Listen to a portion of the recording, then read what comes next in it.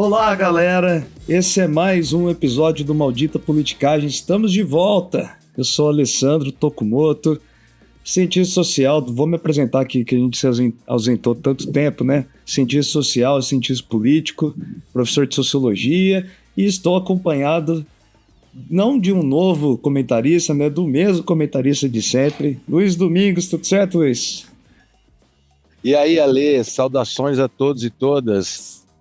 Um marco na história do Maldita Politicagem, né? Porque depois, eu estava contando ali nos episódios passados, acho que foi em abril de 25, então tá quase um ano, ou já somou um ano que a gente não gravava, então estamos de volta, estamos voltando. Esse projeto é um projeto que existiu desde 2022, Alessandro? 2021 ou 2022?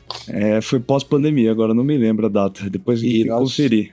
Nós chegamos a ter 141 episódios e, por razões de trabalho e uma série de outras questões, nós fomos parando de gravar no começo de 2025 e agora voltamos com um projeto renovado, abaixo de muitas críticas, porque os ouvintes nos detonaram, alguns de forma ofensiva, outros até carinhosamente. E para retomar, a gente fez isso de já cumprir uma lacuna que outros ouvintes reclamavam lá dos episódios antigos, que era que eles não conheciam direito a gente. Então eu sou o Luiz Domingos, eu também sou cientista social, professor de ciência política na rede particular, no ensino superior em Curitiba, e torcedor de um dos maiores times da história da humanidade, Santos, que anda mal das pernas. Essa época não é nem bom falar. Mas, Alessandro, o que nós temos aí para o roteiro de hoje? Vamos lá, antes de falar o roteiro, vamos deixar combinado com o pessoal aqui, né? O nosso podcast está retornando. A gente fazia episódios semanais, mas com a nossa nova rotina de trabalho e com o esgotamento dos temas também que a gente tinha antes, no começo, a gente passou a pensar sobre fazer quinzenal e agora vamos adotar isso. Então, a cada 15 dias, nós faremos novos episódios e com uma novidade, esses episódios agora podem ser assistidos no YouTube. Eu não sei se essa é uma grande vantagem para aqueles que vão ver o vídeo, mas é possível ver a gente agora, além de além de ouvir nas plataformas de sempre, né? No Spotify, agora até não me recordo das outras plataformas, mas a gente está em quase todas aí possíveis, os centralizadores de podcast, né, distribuidores. Então, vídeos no YouTube, provavelmente vai sair um pouco depois, e os podcasts nas plataformas de sempre. E agora também com menos edições, né, Luiz? Então, vocês vão ver mais erros nossos, vai ser uma coisa mais crua, já que a gente vai fazer vídeos, né? Então a gente vai assumir um novo modelo, portanto. Bom, o episódio de hoje é sobre... Na verdade tem várias inspirações, né? O episódio de hoje tem inspiração do livro O Que é Meu, do José Henrique Bortolucci, né? Professor de sociologia, e inspirações conceituais do Charles Wright Mills. A gente vai tentar aqui fazer uma sociologia de nós mesmos, não como forma de exaltar a nossa brilhante vida, né? Mas como forma de mostrar que é possível ver aspectos estruturais, políticos, né? Também em nossas vidas, como uma forma de incentivar vocês também a ver dessa forma. Quer falar, Luiz? Sim. Lembrando, né, na pauta do expediente que o Alessandro mencionou, que será de 15 em 15 dias, sempre às quintas-feiras de manhã, os episódios estarão nas plataformas de podcasts e talvez na quinta-feira, na parte da tarde, no vídeo do YouTube. Nós temos uma campanha de financiamento coletivo e gostaríamos de agradecer aqueles que ficaram como doadores, mesmo nesse intervalo de não gravação. Significa que são pessoas com muita fé na humanidade e que também foram muito importantes porque nós não paramos de assinar os recursos necessários para gravar, armazenar e editar o podcast. Então, o dinheiro foi utilizado ao longo desse tempo para a gente voltar com tudo guardado, tudo certinho. E essa campanha você vai no apoia.se/maldita politicagem. Para quem está assistindo no YouTube, tem um QR Code aqui no canto da tela. É só colocar o seu celular que ele te encaminha para a página de doação. Esse Apoia-se é um site seguro. Os doadores sempre elogiaram, então fiquem tranquilos quem quiser doar com uma doação módica de 5, 10 reais. Alessandro, o negócio é o seguinte, deixa eu fazer a introdução de novo, então. Existe, né, em função de que a gente nunca se apresentou de modo decente para os ouvintes. Essa é uma demanda. E aí eu recentemente trombei com esse livro que é meu, do José Henrique Bertolucci. José Henrique. Ele fez um livro que saiu, acho que no ano passado, em 25 ou 24, e já foi traduzido para 10 línguas, o que é meu, que é exatamente o exercício que o sociólogo americano Charles Wright Mills recomendava no clássico A Imaginação Sociológica, de 1959. Wright Mills falava assim, a promessa da sociologia é fazer uma articulação entre a sua vida, a vida de qualquer um, e o mundo em que você vive, de onde que esse mundo vem, para onde que esse mundo vai. Dizer de uma forma, para usar as disciplinas, é fazer um link entre a biografia e a história, um H maiúsculo, essa história das guerras, a história do capitalismo, a história das mudanças econômicas de um país, das mudanças culturais. Essa conexão se chama Imaginação Sociológica. E o livro, fica a recomendação, do Bertolucci, O que é meu, é essa tentativa de articular a biografia do pai dele e dele com o Brasil dos anos 60 e 70. É mais ou menos isso que a gente vai fazer, porque o livro é inspirador nesse sentido, muito bonito o livro, é uma homenagem que ele fez ao pai dele, que foi caminhoneiro, e ele um sociólogo, estudou nas universidades do exterior. Então, como que essas coisas se encaixam? E é para isso que o Wright Mills nos ensina a imaginação sociológica, a promessa da imaginação sociológica. Seria esse o ponto de partida, certo? Uma homenagem também, a gente precisa falar, pelo menos eu, do professor Pedro Baudet, que foi professor de Sociologia na Federal do Paraná. Eu me lembro nitidamente das aulas em que ele exaltava esse texto, a imaginação sociológica do Wright Mills. Então, ele falava da história dele, o professor, falava da história de chegar em Curitiba, porque ele era do Rio. Então, isso, toda vez que eu lembro dessa obra, eu lembro desse professor. Então, como de praxe, a gente gosta de homenagear os nossos professores, fica essa homenagem ao professor Pedro Baudet de Moraes, que foi professor da Universidade Federal do Paraná durante muitos anos. Bom, galera, então vamos começar com esse livro, falar um pouco mais desse livro, né? A gente já apresentou o livro O que é meu, do José Henrique Bertolucci, professor de Sociologia da FGV.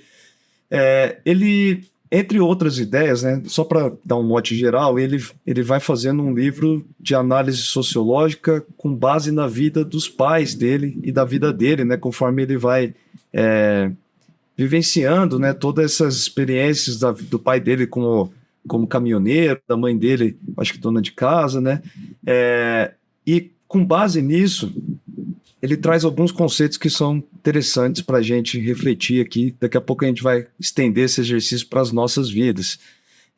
Por exemplo, conforme ele via que ele ia estudando, progredindo na carreira acadêmica, né, estudando, fez mestrado, doutorado, esse desenvolvimento da carreira acadêmica, esse sucesso também, ele sentia que vinha junto com uma espécie de afastamento do mundo dos seus pais, do mundo da família dele, né?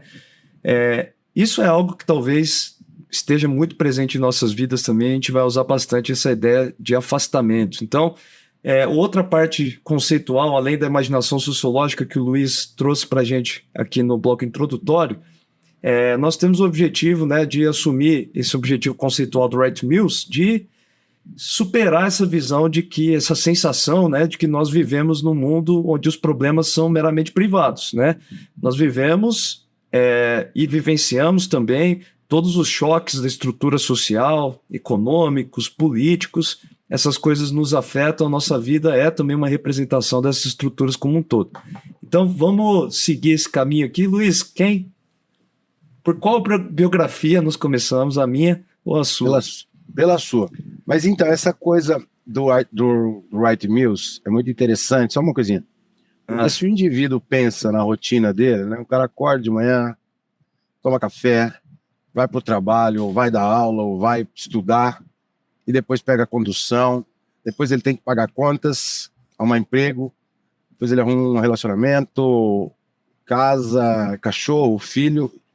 Esse mundo particular, ele é suficientemente intenso para que a pessoa muitas vezes não pense nas forças sociais, econômicas e estruturais que afetam a sua rotina.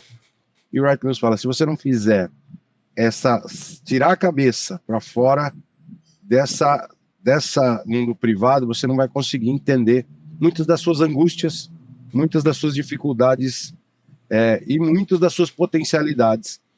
Então é por aí que ele recomenda. Eu acho que a história japonesa é mais interessante, então gostaria de começar por ela.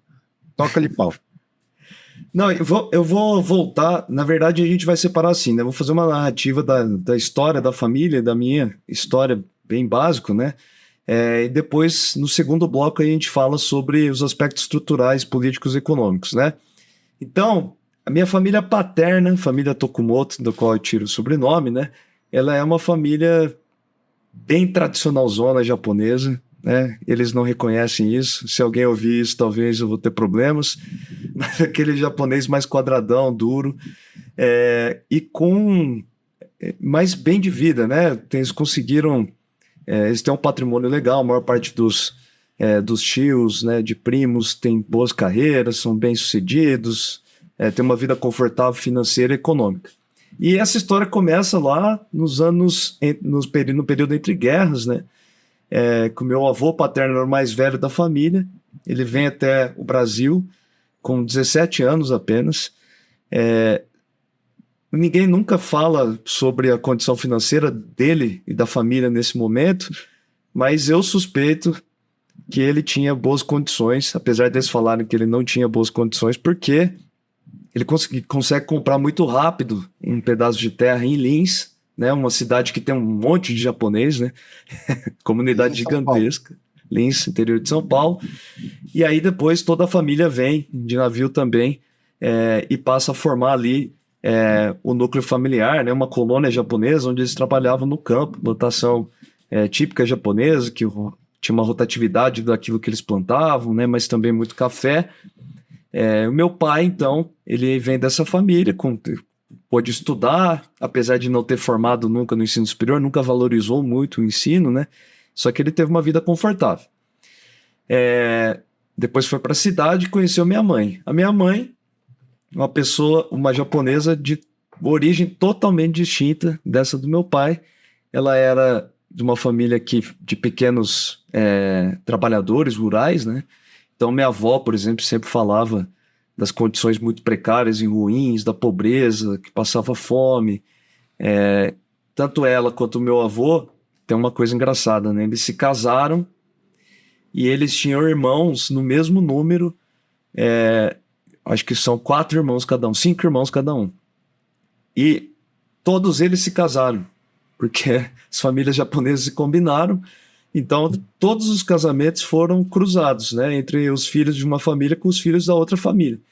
O problema para mim, que eu nunca soube direito quem era irmão de quem, era tudo a mesma coisa, assim, né? Virou tudo uma bagunça só aquilo.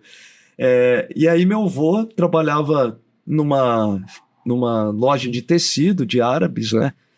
E por algum motivo esses árabes tiveram que fugir e deixaram uma cartinha com um bilhete agradecendo a lealdade do meu avô, o trabalho do meu avô, com um pouco de dinheiro.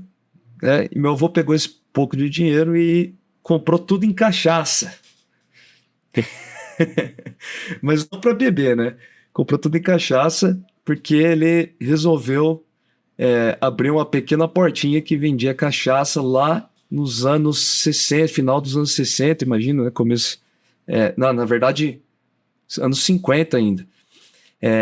E naquele período ele dizia que o trabalhador não bebia cerveja, né? As pessoas não tinham esses hábitos atuais todo mundo era só na cachaça, e principalmente antes de ir pro trabalho. Então, tinha que abrir 5h30, boteco, 6 horas da manhã, 6h30 da manhã, a galera ia ali, tomava uma dose de cachaça e ia pro trabalho, no campo ou na indústria, etc. Então, minha mãe vem de um núcleo familiar bastante humilde, né? Com pouco dinheiro, poucos recursos, casa muito simples, né? Bairro operário. Depois ela estuda serviço social e se forma em serviço social e acaba estudando e trabalhando na área, né? Inclusive, ela passa num concurso público que ela fez escondida do meu pai. Meu pai dizia que ela não precisaria trabalhar. E depois ela passa nesse concurso público, ela revela, ela fala, não, eu vou trabalhar contra a vontade do meu pai. E ela passa a trabalhar, só que depois dos anos 90... Que década é isso, meu querido? Na década de 70. Década de 70, minha mãe... O concurso? Minha mãe se formou. No final da década de 70, ela passa um concurso, acho que 80, tá? Tá. E aí, isso acaba me influenciando, obviamente, né? Minha mãe sempre foi uma assistente social da área da saúde, que trabalhou sempre nos bairros mais pobres de Lins. Ela sempre viu isso como normal, né? Mas eu sempre achei muito, muito corajoso da parte dela trabalhar ali, lidar com esses problemas típicos das classes mais pobres brasileiras, que são muito pesados, né? Lidar ali com a vida dessas pessoas. Era gente que não podia se mexer direito, não tinha cadeira de roda e não tinha mal tinha teto na casa, né? Então essas histórias sempre permearam ali o ambiente familiar. Eu acho que por hoje, olhando para trás, eu acho que um pouco do elitismo do meu pai, de gostar desse intelectualismo da família paterna minha, né? E também da preocupação social da minha mãe. Eu acho que essas coisas acabaram, me orientaram para ciências sociais. Eu sou o filho mais novo, né, da minha mãe. Meus irmãos talvez tivessem que se preocupar mais com emprego, né, rápido, com um trabalho que rendesse mais dinheiro ali naquele momento, porque meu pai depois ele passa por um período de crise, né, na atividade da agricultura. Então quem vai sustentar minha casa acaba sendo minha mãe, que era a pessoa que supostamente não deveria trabalhar. Então isso também é um fator relevante da biografia familiar nossa. E daí eu vim para Curitiba prestar vestibular, porque diziam que era uma boa universidade, porque batia no calendário ali de vestibulares, e passei na UEL, na Unesp e aqui em Curitiba. E depois eu ia para a UEL, porque a UEL é cheio de japonês, cheio de parente, cheio de gente ali, cheio de amigos. Pior é que é mesmo. Pô. E aí eu falei com um desses amigos que fazia ciências sociais lá, falei que tinha passado em todas essas universidades, e ele falou, não, cara, não faz o menor sentido isso. A Federal do Paraná é referência nossa, né, na área das ciências sociais, você devia ir para lá. E aí eu falei isso para minha mãe, mesmo com dificuldade econômica, tal, na época, minha mãe falou, não, vai para lá. Foi quando eu vim para casa de uma tia que eu mal conhecia, só que essa prima do meu pai aqui, né, em Curitiba, me ajudou muito, né, fui muito bem recebido e aqui estou. Nunca mais saí de Curitiba, estou já há 16 anos agora nessa cidade. Nossa. Então, a mística do bar e das ciências sociais se encontraram nessa biografia. Sim. Gostei muito. Um pouco intelectual, um pouco boêmio, né? É um pouco disso. Que e São Paulo? E São Paulo tá onde? São Paulo vem da influência do meu irmão do meio, que virou São Paulino na época gloriosa do São Paulo, porque minha família paterna é toda corintiana e a materna toda corintiana e paterna toda palmeirense, e eu e meus irmãos somos são paulinos. O teu avô da Portinha era corintiano? Corintiano. Tolerava os netos são paulinos, né? Tolerava. Meu avô era daquela visão que futebol era para se assistir e apreciar, não era para torcer, ele era duro também. Tá. Então, vamos lá, Luiz, Catu, eu tô curioso para saber essa turma de querência do Norte. Bom, vamos lá, então. Seguinte, tá. A minha biografia individual, considerando o que diz respeito aos meus pais, a gente dá para a minha avó materna, ela é do Rio Grande do Sul, é a primeira geração que nasce de italianos que nasce no Brasil. Então, os meus bisavós maternos vieram da Itália para o Brasil no final do século XIX. Minha avó nasceu no Rio Grande do Sul, e aí, a dona Rosa, ela nasceu no Rio Grande do Sul e veio para o Paraná nos anos 50, que teve uma política aqui de colonização dessa região norte, noroeste do Paraná, Maringá, aquela região, em função, sobretudo, da expansão do café. Foi uma folia o café, mas a minha família não comprou uma propriedade de café, comprou uma propriedade pequena, e dali a minha avó, uma propriedade meio que na cidade. A cidade estava sendo aberta. A minha avó é uma pioneira de Querência do Norte, que é extremo noroeste do Paraná. E minha avó trabalhou um pouco, trabalho rural, mas por uma série de desventuras da vida, inclusive divórcio. Minha avó se divorciou muito cedo. Ela se dedicou ao trabalho urbano, né? Ela construiu uma lanchonete, um restaurante, depois uma lanchonete, depois um hotel, e ela foi uma comerciante urbana. Ô Luiz, mas ela era do mundo rural pobre, né? Também, como a maior parte das famílias. Sim. Como é que ela foi? Qual que foi o primeiro dos estabelecimentos que alavancou ela? Não, a primeira propriedade rural era lá da cidade de Marau, no Rio Grande do Sul. Aí eles venderam lá, porque o terreno em Querência era maior pelo valor que eles venderam lá no Rio Grande do Sul. Mas algo deveria ser algo em torno de 10 alqueires, o que seria, sei lá, 14 hectares. Era uma pequena propriedade mesmo, para uma família com expansão naquela época. Minha mãe, meus 3 primeiros tios nasceram lá no Rio Grande do Sul. Minha mãe é a mais velha. E aí, quando ela sai de Marau para Querência, sai do Rio Grande do Sul e vem para o Paraná, a escola que era possível estudar, minha mãe a mais velha, a primogênita, era lá no Rio Grande do Sul. Então a minha mãe ficou longe, foi em Caxias, num convento. A minha mãe estudou para freira, dos 10 aos 20 anos de idade. E aí, nisso, a minha avó estava se... Estudou para freira, virou freira, não é? Você vê como é que eu sou numa família tradicional japonesa. Aí, enquanto isso, a minha avó e as outras filhas desenvolviam um negócio lá em Querência.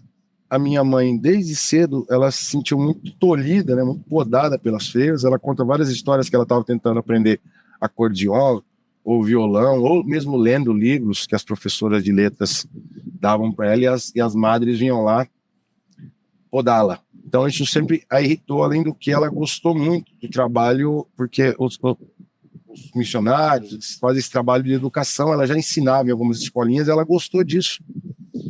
E as freiras podando ela resolveu abdicar do convento. E aí, com 20 anos, ela faz isso e foi para Querência e já começa a lecionar para crianças, mas ela queria estudar. E ela fez vestibular, começo da década de 70, na UEL.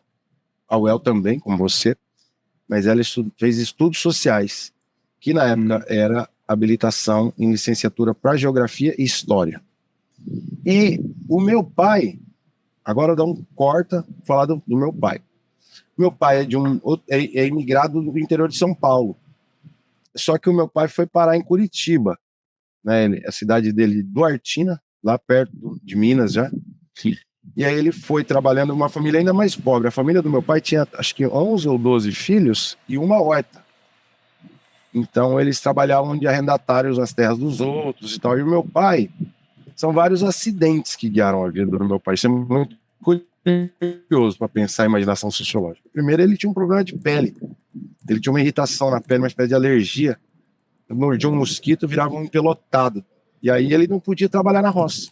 E meu pai fala que isso o salvou, porque ele teve que trabalhar de engraxate nos bares da cidade. E aí ali ele começou a ver os caras andar de camisa, e ele falava, eu quero andar de camisa. Nisso ele virou office boy, depois começou a trabalhar no escritório, e o escritório de lá, de Loanda, no Paraná, porque a família, esqueci de falar, a família dele foi para Loanda, que é perto de Querência. De lá o patrão dele mandou ele trabalhar no escritório de contabilidade em Curitiba. E aí ele começou a vida de contador, fez técnico de contabilidade na Federal. E aí ele estava assistindo um show, segura essa japonesa, essa daqui é um petardo do acaso. Estava assistindo um show do Demônios da Garoa no Teatro Guaíra, acho que em 62 ou 64, não sei direito, e deu um derrame na vista dele, porque ele estudava de noite com lampião, a vista estava já baleada. E aí esse derrame fez com que ele ficasse afastado do trabalho pela INSS hoje em dia. E aí ele sai de Curitiba e ficou com o tampão no olho lá isso levou a vista dele, ele ficou só com uma vista. Ele estava em Loanda, que é noroeste do Paraná também, onde estava a família dele imigrada lá. E ele estava bem de boa num armazém lá, curtindo os, sei lá, acho que eram 4 meses de afastamento. Chegou um cara e falou assim, eu preciso de um contador lá no armazém. E ele falou, sou contador. E aí o cara falou, eu preciso que você vai fazer a contabilidade de umas propriedades minhas, uma cidade aqui na frente, que é no mato. E a querência estava sendo aberta, fazia 10 anos que a cidade tinha sido emancipada, algo assim. Só que o cara ofereceu para o meu pai o salário que era 3 vezes o que ele ganhava no Benge, que era o Banco do Estado de Minas Gerais. E o meu pai foi para Querência. E aí lá em Querência, ele virou hóspede da dona Rosina, que era a futura sogra dele. E aí, morando no hotel da dona Rosina... Que é o hotel que você burlava lá. A gente pegava os chocolates lá, né? E umas coisinhas lá. Aí, ele conheceu minha mãe ali, minha mãe fez vestibular na UEL, e aí eles começaram a namorar, e a vida começou a partir daí. Bom, o fato é que mais interessante que eu gostaria de situar é que, já nesse período, já em Curitiba, o meu pai era contra toda a investida militar. E minha mãe foi fazer estudos sociais na UEL, acabou sendo contra também o governo militar, que era o que governava o Brasil na época. Então isso também os aproximou. E aí o meu pai ajudou a fundar o MDB em Querência, o velho MDB de guerra, não o MDB do Baleia Rossi, o velho MDB de guerra, como dizia o Requião, seu amigo Requião. E aí ele virou vereador, enfim, lá. O fato é que nesse período, na segunda metade dos anos 70, ele passou por um boom econômico, vieram muitos clientes no escritório de contabilidade dele, e ali ele fez uma parte do patrimônio que depois ele foi perder nos anos 80, por conta das crises que vieram nos anos 80. Então isso é muito interessante. O boom econômico, o milagre econômico e a década perdida, como a gente chama, foram muito sensíveis para o meu pai. Né? Isso refletiu muito na renda dele. Cuidado que você está falando demais do segundo bloco já. Já estou no segundo bloco? Mas não, deixa eu falar não, tem uma coisa, tem um outro acidente, um outro caso fundamental. Meu pai já tinha sido 2 ou 3 vezes vereador, e minha mãe também. É mesmo? Não sabia disso, não. Sim. Ele chegou a ser presidente da Câmara Municipal de Querência do Norte, rapaz. Caramba, você acha que devia ter uns 5 mil habitantes naquela época. Mas daí, aí eles tiveram, meu pai e minha mãe casaram em 76, e a minha irmã nasceu em 78. E aí eles combinaram mais ou menos de ter só aquela filha. E aí meu pai lá, todo ouriçado com a política, redemocratização a toda, meu pai falou assim, agora é a minha vez, eu vou virar prefeito. E aí minha mãe falou assim, não é preciso ser candidato a prefeito, que torra muito dinheiro, e a gente combinou que você não ia ser prefeito. E o meu pai, não, mas de leve, só um pouquinho. Daí ele deu um balão na minha mãe e se registrou candidato a prefeito. Quando ele avisou a minha mãe que ele tinha se registrado de candidato a prefeito, a minha mãe falou, então se ele quebrou um combinado, então eu vou quebrar outro. Ela quebrou o combinado de que ia ser só um filho, só uma filha. E aí ela parou de tomar um anticoncepcional e... Segredo isso, sim? Não falou? Não, e aí ela engravidou dele sem avisá-lo. E aí quando foi ver que estava grávida, foram no médico e eram 2. Portanto, eu e meu irmão gêmeos. Então, esse é o outro acidente que compõe. E isso, o fato de eu ter um irmão gêmeo, como da classe média, né? Em Querência era uma classe média remediada. Uma classe média. Quando veio para Curitiba, ficou uma classe média remediada porque era muito mais caro. Mas o fato é que ter um irmão gêmeo define muitas coisas na sua vida, né? Por exemplo, eu não podia querer fazer naquela época, querer fazer, eu quero fazer polo aquático. Bom, polo aquático não tinha querência.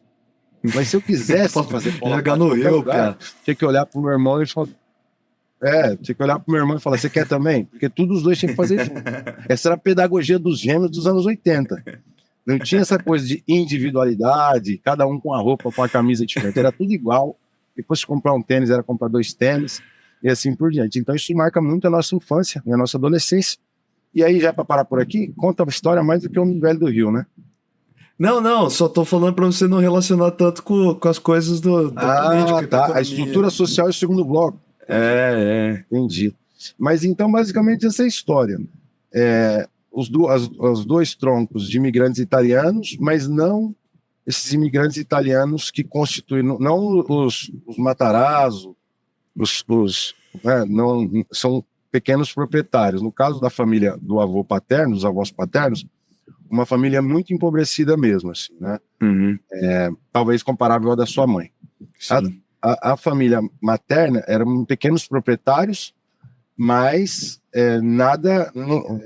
apenas uma tia irmã da minha avó virou uma grande proprietária muito rica, assim. Mas muitos irmãos da minha avó morreram aposentadoria do INSS. Então eles trabalham muito. Essa coisa de ir num barzinho de manhã cedo, e isso iam fazer lá na minha avó.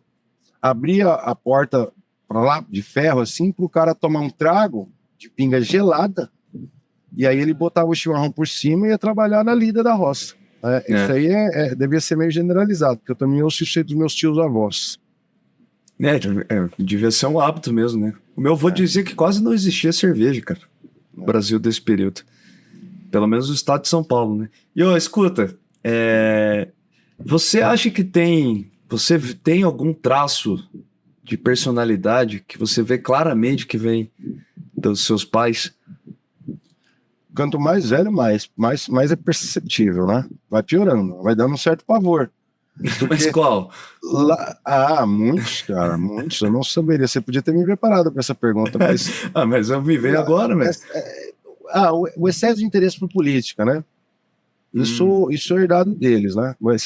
Toda hora consumindo notícia política. Agora, na televisão, no computador, no celular, né? Isso aí, minha mãe até hoje é assim, meu pai sempre foi assim até falecer. Os meus irmãos também, são família muito antenada em assuntos políticos. Né? Tá. E os trabalhos também se relacionam de alguma forma com isso, embora o meu seja muito mais. A minha relação com as ciências sociais vem disso, né?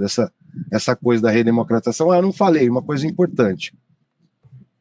A minha mãe passou no concurso para professora e ela lecionou. Pô, já estou entrando na ditadura militar, mas em Querência do Norte, para todos, anotem aí que essa cidade é importante. É uma das maiores cidades do Brasil, mais importantes, Querência do Norte. Querência do Norte é um celeiro de história brasileira. O MST se instalou muito cedo em Querência do Norte, começo dos anos 80. Mas tinham outros tipos de arrendatários, de meieiros, porque Querência é uma cidade de grandes propriedades. Então essas grandes propriedades ficavam lá e os meieiros, arrendatários iam se instalando lá. Então minha mãe trabalhou nesses primeiros anos de docência como professora de... Eu pedi uma lição dela que está anotada no caderno aqui. Técnicas agrícolas das famílias. Então a minha mãe sempre esteve envolvida com esses proprietários que depois vão ser aquilo que nós conhecemos como MST, Movimento Sem Terra. Então isso tudo faz parte dessa história. E aí,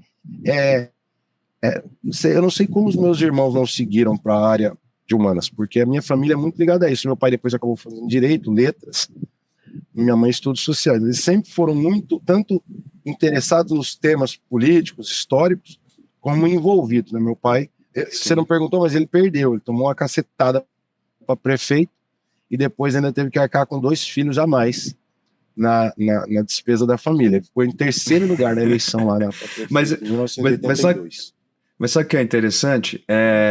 Os meus irmãos também não seguiram carreiras semelhantes, né? Os seus também não.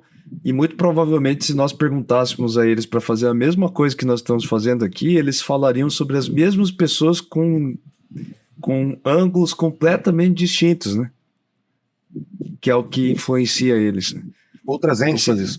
Isso, isso que nós estamos falando é justamente aquilo que nos influencia, né? Mas as pessoas influenciam de formas muito diferentes, né? Umas às outras, né? Bom, vamos dar uma pausa e a gente volta para o segundo bloco, Luiz. Então, no segundo bloco, esse último que acabou de se encerrar, nós fizemos a apresentação das biografias, de forma bem simples, baseando na história dos pais, né, de cada um. Agora, no segundo bloco, nós vamos fazer a segunda parte da imaginação, ou pelo menos a tentativa dela, que é relacionar com as estruturas políticas e econômicas e de cultura da sociedade no qual a gente nasceu e viveu. Seria isso, Alessandro? Então, gostaria de ouvir as estruturas de Lins, as estruturas que se abateram e que guiaram os destinos dos Tokumoto. Eu acho que no meu caso, a principal coisa que todo mundo vai pensar e que foi realmente o caminho que eu tomei foi a política migratória, né? Então, os japoneses começaram, fui pesquisar, né, antes do episódio, eles começaram a imigrar para o Peru, para a América como um todo, né, principalmente Peru e Estados Unidos, no final do século XIX, né? No Brasil, o primeiro navio que abarca aqui, cheio da japonesada, é o Kassato Maru, no Porto de Santos, mesmo porto que meu avô desembarcou. Vamos retomar aqui, então. A política migratória brasileira, ela vai ganhar maior destaque em 1890, que foi idiota. Em 1890... Muito bom, essa parte vai ser maravilhosa, vamos em diante. Vamos. Com o decreto 528, assinado pelo presidente Deodoro da Fonseca e pelo ministro da Agricultura, então. E esse decreto, ele tentava incentivar a vinda de europeus para cá, né? Inclusive tinha uma espécie de hierarquia de quais eram os povos mais desejados aqui para o Brasil, uma tentativa de aumentar o número de trabalhadores no campo, porque a escravidão tinha acabado no Brasil, né? Então existia um déficit de trabalhadores rurais aqui no Brasil, déficit esse levando em consideração que a galera estava excluindo a população negra brasileira, né? Eles queriam substituir, queriam branquear a população brasileira como forma de, na cabeça deles, progredir, então, essa nação. Só que os asiáticos estavam discriminados nesse período ali, assim como os africanos. Só em 1892, que outra lei, né, vendo o número insuficiente de europeus, acaba abrigando também chineses e japoneses nas leis brasileiras, e é aí que os asiáticos começam a chegar. Só que o bom disso foi no período 1908 e 1941, e é justamente ali que minhas duas famílias vieram, nesse período, entre 1908 e 1941. Ambas as famílias vieram nesse mesmo período, a paterna com maior capacidade econômica, né? E a materna veio para trabalhar realmente direto no campo. Nesse período aqui também as pesquisas mostram que a maior parte dos japoneses foram trabalhar na lavoura de café. E minha avó, meu avô também são exemplos disso. A família paterna plantando café, a família materna trabalhando na lavoura, né? Literalmente aí plantando café, né? E aí isso.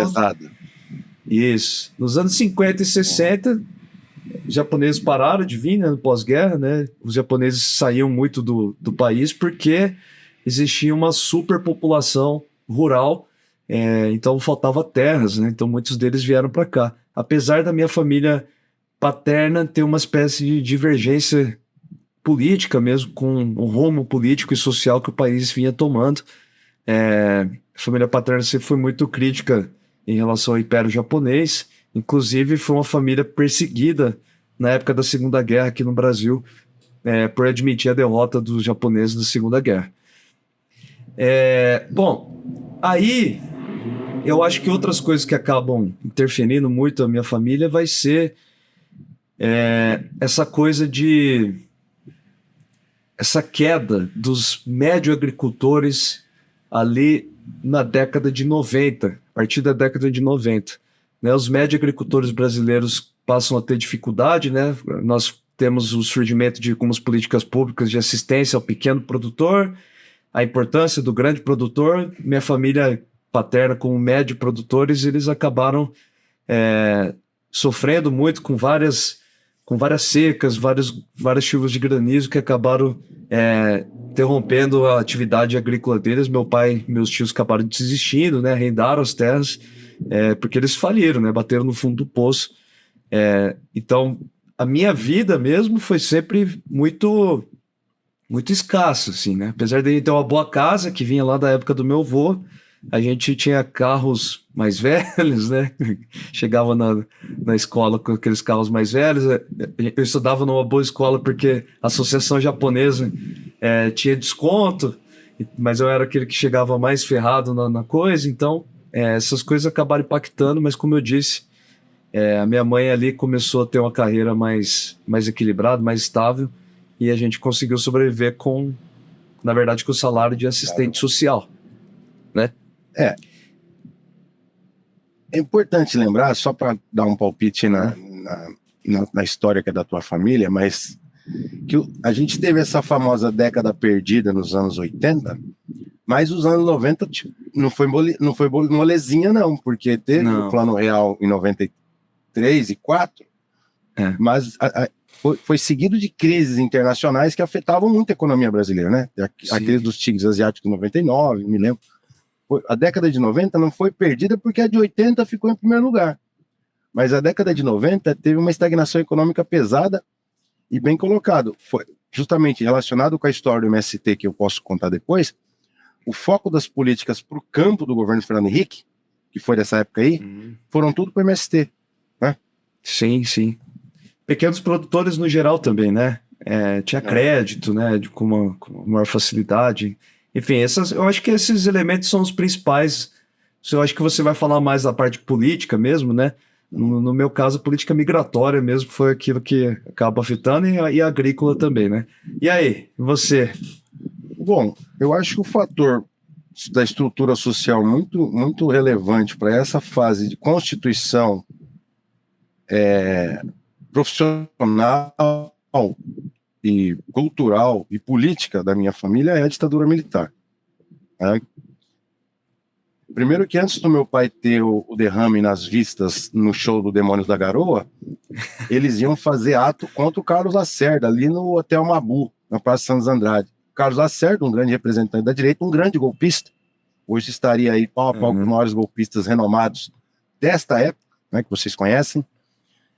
Eles iam lá soltar, acho que soltavam um corvo, um passarinho preto lá para ofender o Carlos Lacerda lá na Santos Andrade. Mas aí eles ajudaram a criar o PMDB em Querência e militaram nessa frente da redemocratização desde sempre.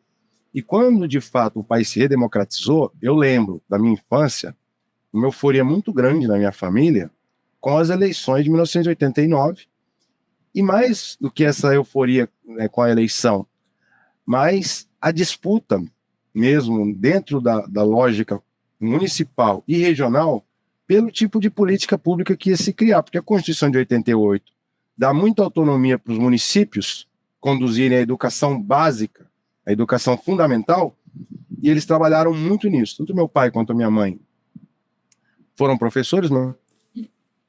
Meu pai foi por pouco tempo, porque ele não gostava muito da sala de aula, mas a minha mãe fez da vida dela a luta pela educação, e uma educação seguindo a LDB. Então ela foi muito tempo diretora de escola, trabalhou na escola do Centrão. Então deixa eu fazer já que eu falar também, são dois fatores, a ditadura militar e a redemocratização, que é constitutiva do tipo de envolvimento comunitário que meus pais tiveram lá em Querência. Portanto, sempre tiveram alianças com os líderes do MDB no Paraná, Maurício Fruet, Equião, eles conheceram essas figuronas que iam para lá fazer campanha. Mas também o MST chegou lá muito precocemente e logo necessitou de políticas públicas. Não só as políticas de financiamento da atividade rural, mas escolas, serviços de saúde, enfim. Então tem uma escola gigante lá no assentamento do MST, chamada escola, a municipal é Chico Mendes e a estadual é Centrão. Numa fazenda gigante que foi feita a reforma agrária. E quando eu levava os amigos aqui da faculdade, já nos anos 2000, para visitar e conhecer a cidade, o primeiro rolê, antes de ir pra Portinha, antes de ir para a Portinha, era levá-los conhecer a reforma agrária na prática. Não passava pelos lotes dos assentados, até chegar no Centrão, no Colégio Municipal, que minha mãe fazia questão de mostrar, e depois ia para o Rio Paraná, que é um espetáculo da natureza lá. Inclusive, Querência atualmente é conhecida como Pantanal Paranaense, porque tem uma mistura de vários biomas, uma fronteira de vários biomas e vários alagados lá que lembram o Pantanal sul-mato-grossense. Mas, em função disso, a minha mãe atuou muito em educação no campo. E, além de ter sido diretora por várias gestões. Depois, no governo do Requião, quando o Requião ganhou em 2002, na região, na mesorregião de Querência, que acho que eram 30 e poucos municípios, o Requião só ganhou em 3. E aí o Requião deu os cargos lá para os prefeitos vitoriosos para o Requião. Né? O Requião deu os cargos para os prefeitos que fizeram campanha para ele. E a minha mãe virou chefe do núcleo regional de educação de Loanda. E aí isso se encontra, a habilidade da minha mãe em gestão escolar se encontra com essa experiência de educação no campo, porque ela foi criar praticamente do zero um colégio agrícola, que é um colégio profissionalizante para formar alunos no ensino médio com habilidade técnico-agrícola. Isso já na década de 2000. Então a minha mãe, ela passou mais horas em escola e no campo do que dentro de casa, isso não há nenhuma dúvida. Foi uma mãe muito empenhada nessas frentes, mas também muito orgulhosa do trabalho que ela realizou. E quando a gente sentiu essa parada da ameaça à democracia, que vem lá desde 2018, isso era um motivo de muita angústia pessoal para mim, porque eu falei, mas não é possível. Meus pais passaram 20 anos lutando contra esse caralho e agora vamos ter que retroceder. Então isso foi um motivo de muita angústia para mim.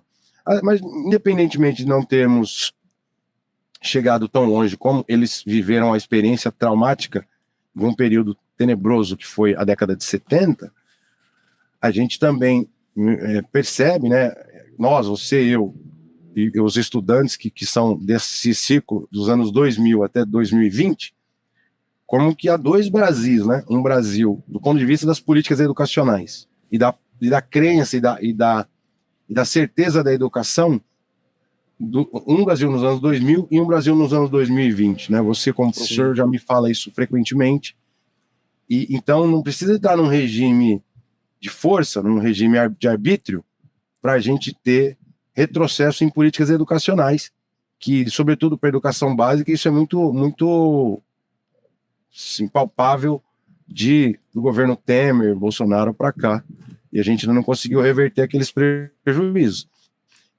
Então isso também é motivo de muita angústia para minha mãe, que é uma senhora aposentada, e fica o dia inteiro em grupo de professor, vendo o que os governos fazem na educação do Paraná, Sim. de Curitiba e de outros estados do Brasil. Ô Luiz, você acha que conforme você foi desenvolvendo, construindo sua carreira, sua trajetória, você sentiu esse afastamento que o José Henrique Bortolucci fala, no sentido da gente, né, vai criando novos gostos, novas visões de mundo, e isso vai diferenciando daquela pessoa que você era quando era aquele filho apenas em casa? Por várias vezes eu senti. Mas não foi como ele diz no livro dele, que, aliás, gente, leiam o livro O Que É Meu, vale a pena. Um livro curtinho, muito, muito bom nesse exercício.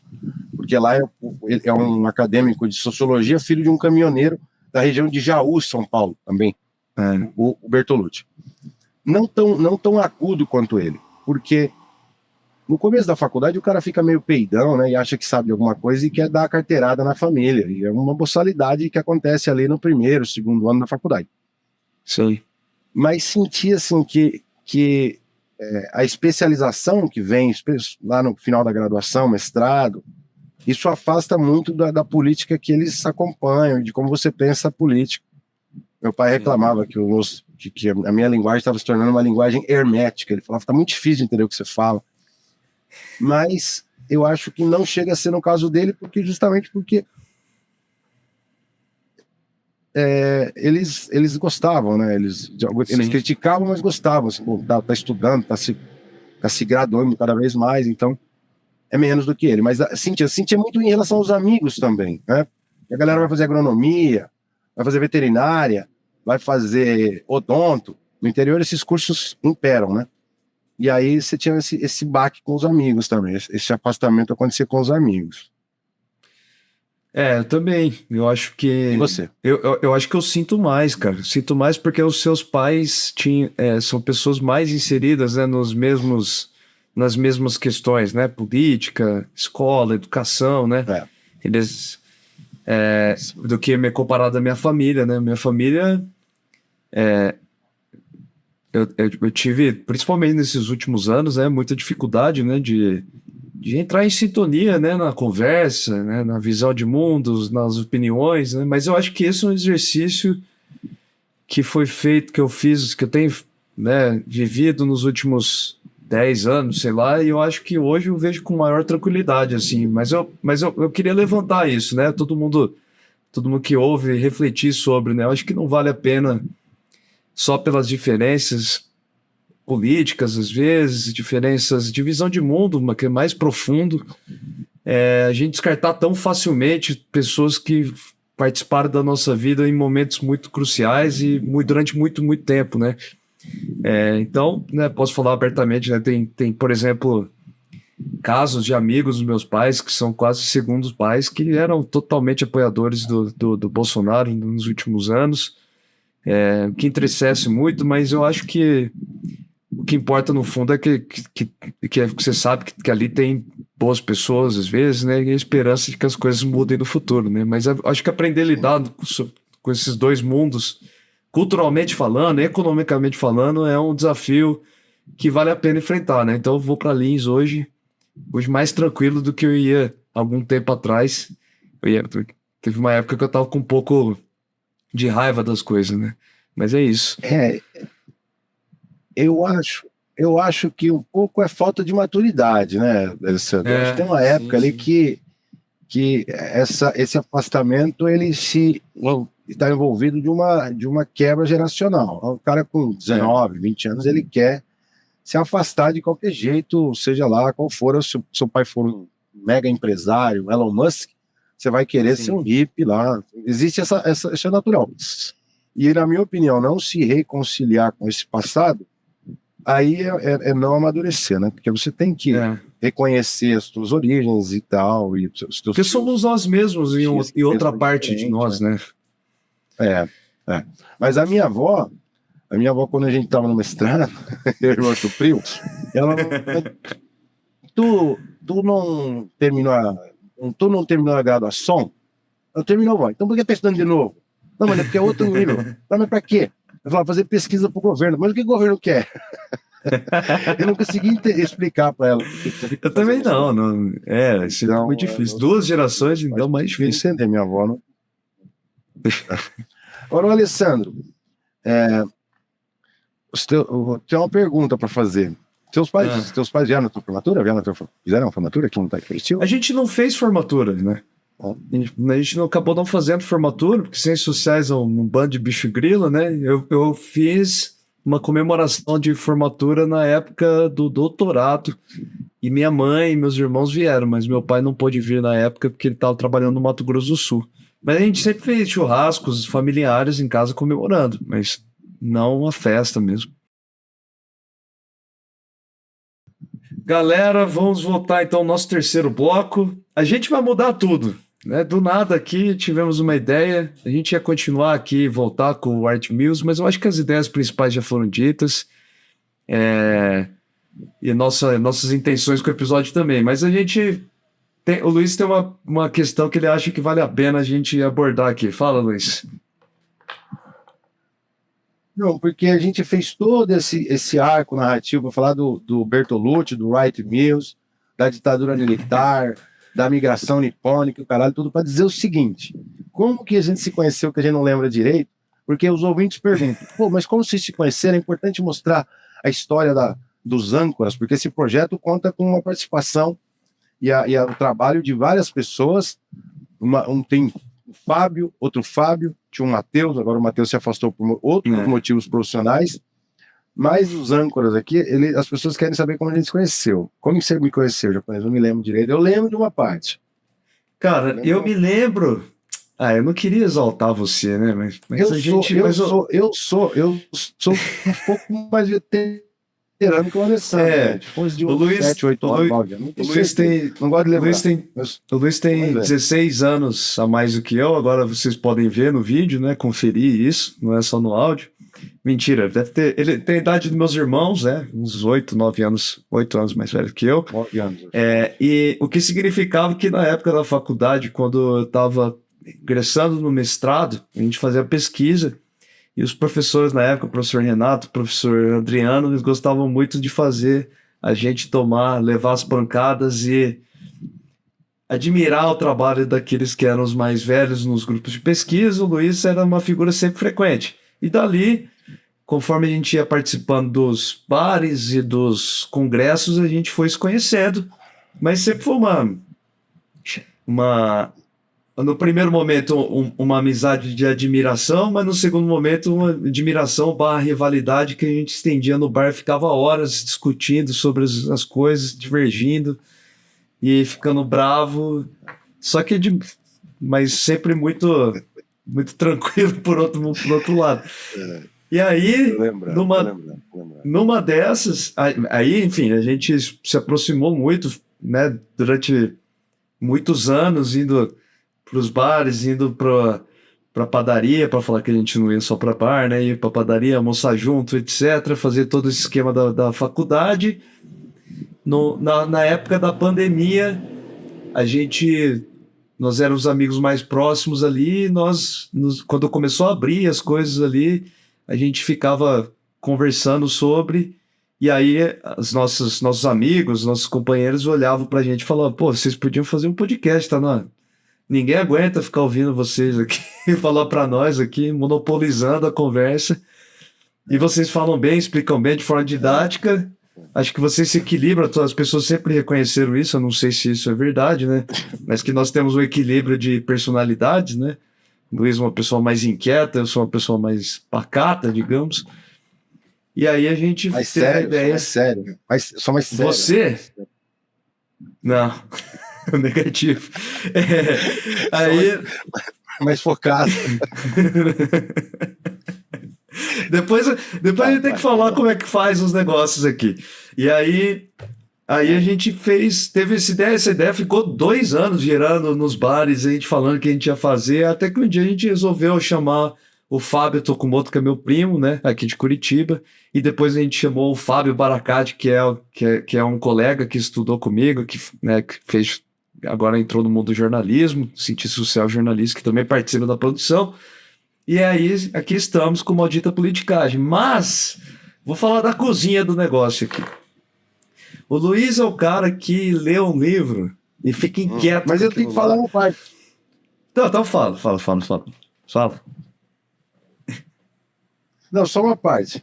Nessas pormenores que o grupo de pesquisa lá, o Núcleo de Sociologia Política Brasileira, da UFPR, também o Observatório de Elite, um monte de nome esse grupo foi crescendo e tendo vários anexos nessa área de pesquisa em ciência política da Federal do Paraná. Uma vez eu fui lá assistir um seminário, os professores falaram: vai lá ver que tem uma turma nova lá, tinha uns 3, 4 pesquisadores novos, acho que era no final da sua graduação, não sei se você tinha entrado no mestrado ainda. E aí acho que eu estava no pré-2 ainda. E saímos dali, aí eu falei pro Renato, assim: Renato, esse japonês não é tão bobão, não. Falei, ele não é tão bobinho, não. Ele só parece, mas ele parece ser esperto na teoria, entender bem, faz bem a parada aqui. Daí o Renato falou assim: mas ele é meio maleita. Maleita, para traduzir para o pessoal que não é de São Paulo, é preguiçoso, né? Porque é o nome de uma palavra dada para malária. A pessoa pega a malária e fica meio molenga. Então ela fala, mas meio maleita. Na época você estava muito... Não, claro está para todos os ouvintes. O Alessandro é disciplinado, faz as coisas certinho, aqui no Deu uma Dita Politicagem, super dedicado, um baita profissional. Mas na época ele estava, vamos dizer assim, um pouco inebriado pelas emoções da graduação, né? Aquela farra danada. Então o Renato falou, calma lá que ele precisa endireitar um pouco ainda, endireitar no sentido, né? Então é isso. Mas vai, vamos lá, cozinha. Mas aqui a cozinha do podcast é o seguinte, a gente conversa nos nossos encontros, mas principalmente pessoais, sobre os temas seguintes que a gente vai abordar, muita discussão, muita briga, a gente chega a algumas conclusões, às vezes, né? 2, 3 temas que a gente vai fazer posteriormente. E aí, depois disso, né, eu vou seguir minha vida tranquilo. O Luiz, ele sempre começa antes a ler os livros, e ele, inquieto, né, da forma que ele é, o tipo de pessoa que manda mensagem para você 3 horas da manhã com um insight genial sobre o que deve ser feito no episódio, etc. E a gente vai juntando, eu organizo mais as ideias e depois eu vejo que está faltando, vou pesquisar, vou ler, e ao longo de uma semana, 10 dias, a gente fica com o nosso roteiro pronto, embora ele não veja sempre o roteiro, mas eu acho que isso sintetiza um pouco de como nós fazemos as coisas. Eu sempre conto, as pessoas perguntam, mas vocês combinam que cada um vai estudar? Eu já sei normalmente que o Luiz vai estudar, ele vai na coisa mais difícil possível, acadêmica, né, conceitual, e nas coisas interessantes da história, e eu acabo tentando dar maior linha de raciocínio, né, aquilo que a gente está tentando fazer, né? Normalmente a parte um pouco mais chata, né? Verdade.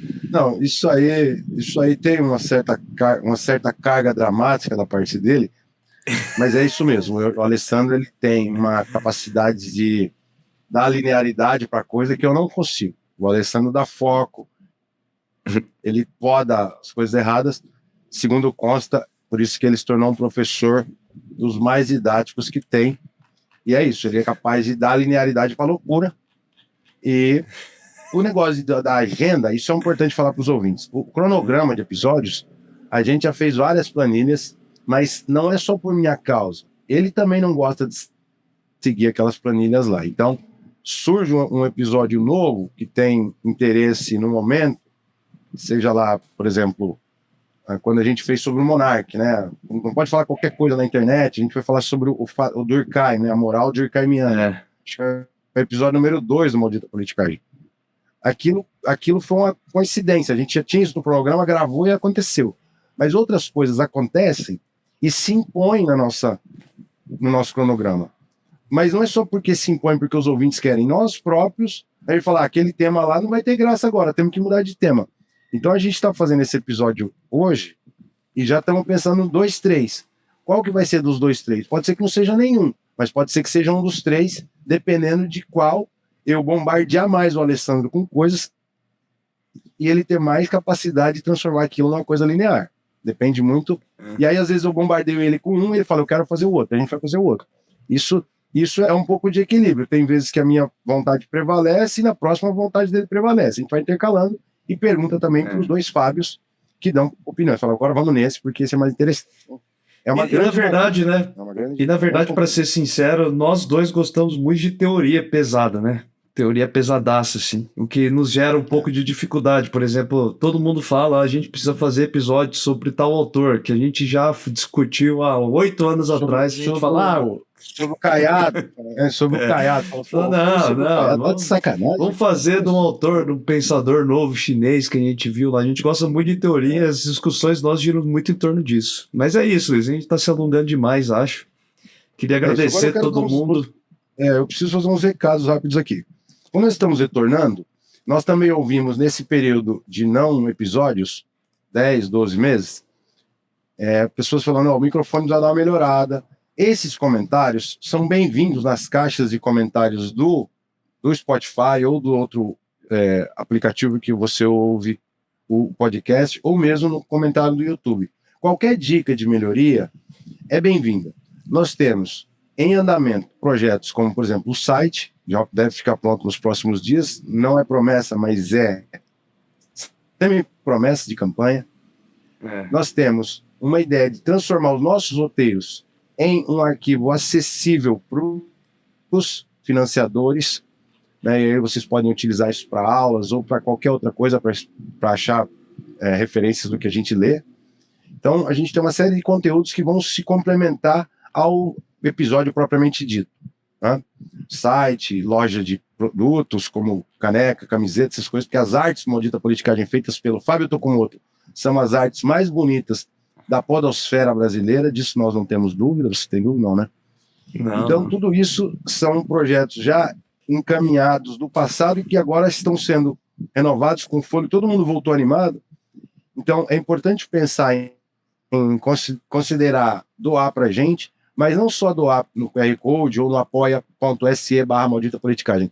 Os comentários, o feedback de vocês, para que a gente, nesse momento de retomada, possamos ir aprimorando.